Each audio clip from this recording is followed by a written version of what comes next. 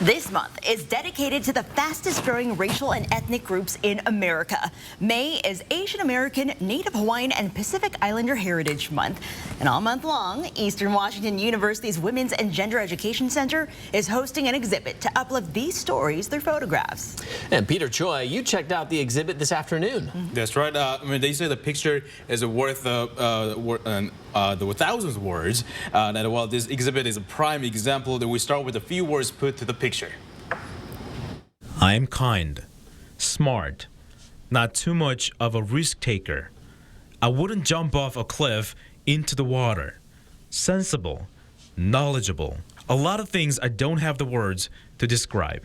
This message is from a participant of one of the photos that local photographer Margaret Alba took, with the hope to examine the unseen stories, including her personal experience with racism. I just looked at all the things that had been said to me that were racist. I looked at the ways that I had normalized them to make things more comfortable for myself.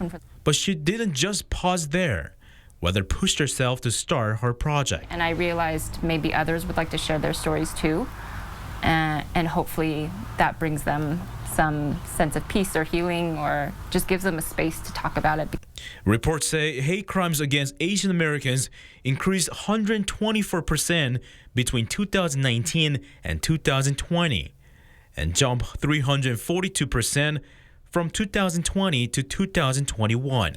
And I think that led to me wondering how much people understand racism and the effects of racism and what it can look like, the nuances of it. To provide more space and deliver a message that allows people to reflect and to heal, an exhibit is open. And the goal is to be able to take ownership for Asian Americans and Native Hawaiians and Pacific Islanders to tell their stories and to define themselves in terms of how we want to identify ourselves, and also the multiple identities that we may want to identify ourselves with. Adding that this conversation should not end in May, but should be an ongoing issue we address year-round and to a broader audience. In Chini, Peter Choi, 4 News Now. Peter, we saw some I saw some very pretty photos, very interesting photos. I mean, is there one that really stuck out to you?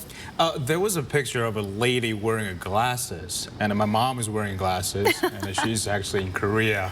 I just miss her so much. Just watching that, looking at that picture, just reminded me of my mom, and I almost cried. Oh, it's Mother's Day. Yeah. Oh, yeah. That is true. That is true. That is true. I don't blame you, Peter. I know, but I miss you. I miss you more. Oh, well, thank you so much for sharing this. I bet she misses you too. Yeah. I think so. Hope so.